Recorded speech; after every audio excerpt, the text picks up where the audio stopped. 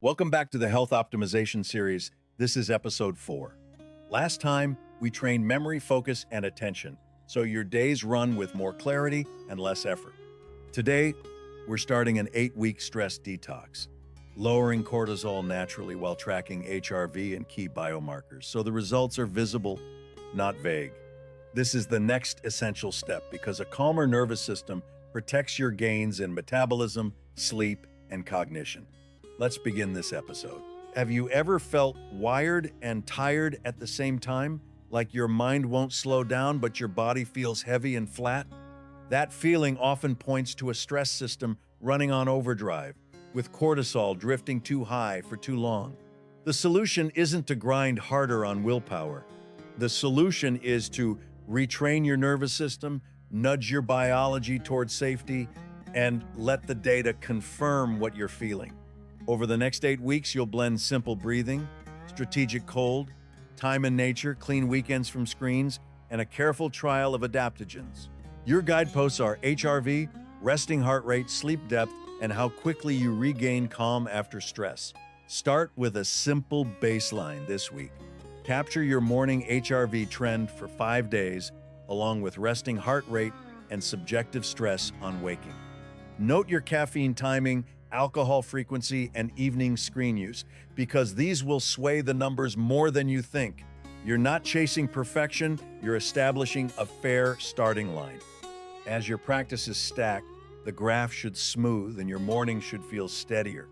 That stability tells you your system is listening. Breathing is first because it's the fastest lever under your control.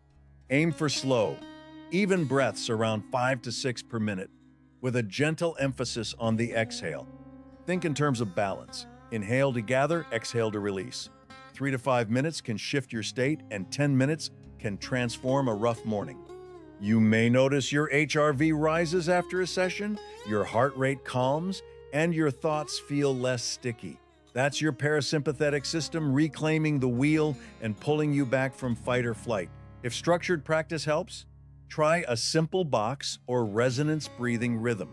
Keep it comfortable, never forceful. The consistent signal to your body is you're safe, which calms stress chemistry and supports healthier cortisol patterns. Use it before big meetings, after conflict, or when you feel your chest tighten. The more you practice returning, the easier it becomes to intercept spirals early. Over time, the baseline shifts, and calm isn't something you chase, it's where you start. Cold therapy comes next, but we'll approach it with respect. Begin with cool showers at the end of your regular routine, 20 to 60 seconds, and add time gradually. The goal is a controlled stressor that you choose, then leave behind, which can improve stress resilience over time. Many people report a lighter mood afterward, and some studies note short-term drops in negative affect and cortisol following brief cold exposure. Focus on a calm breath and a relaxed face, signaling control under stress. When you step out, warm up naturally and notice your energy without chasing a high. Here's what to watch with cold exposure. If your sleep quality dips or evening cold spikes, your alertness too late, move it earlier in the day. If your HRV tanks for more than a day, reduce duration or frequency. Your response is personal, so let your patterns lead you.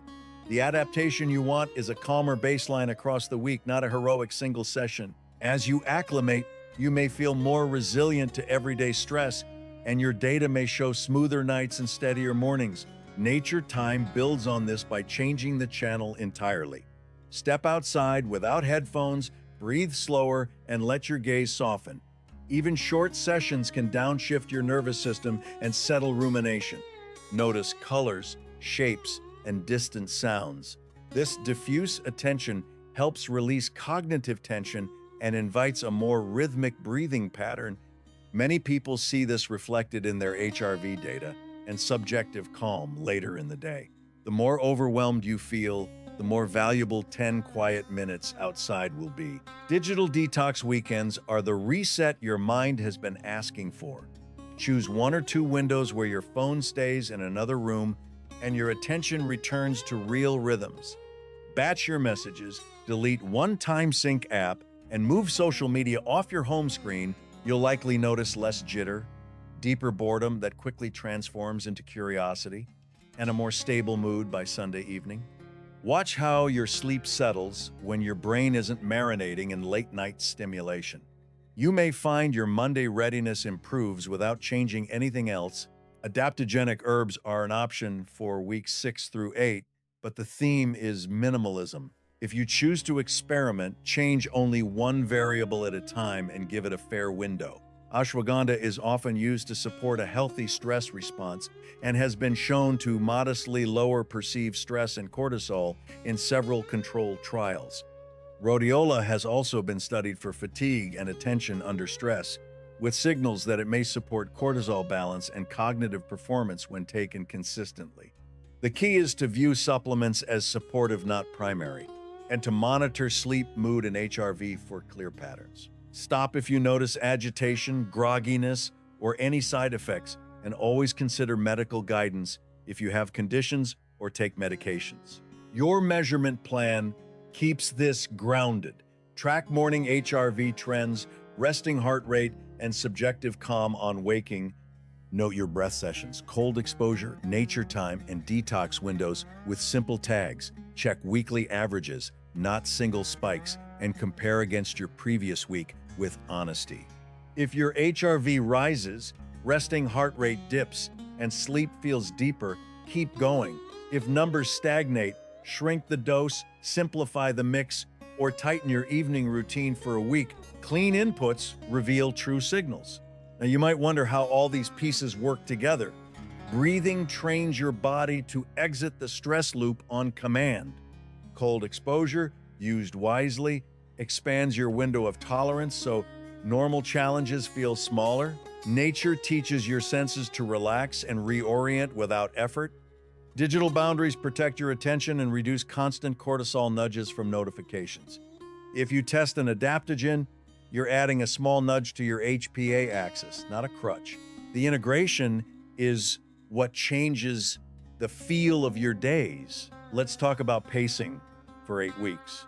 The first 2 weeks emphasize breathing and nature, building a calm foundation you can feel.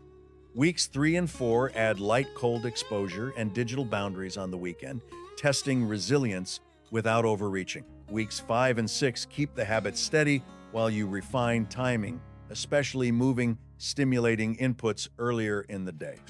Weeks 7 and 8 are for optional adaptogen testing and tightening your evening wind down so sleep carries the gains forward. Each week, make one decision easier, not 3 harder. That's how this becomes your new normal. What about hard days when nothing seems to work? That's when your minimum viable routine saves you. 2 minutes of slow breathing, a brief step outside, and an earlier screen cutoff can still change the trajectory of your evening. A streak survives by having a tiny version you can always complete.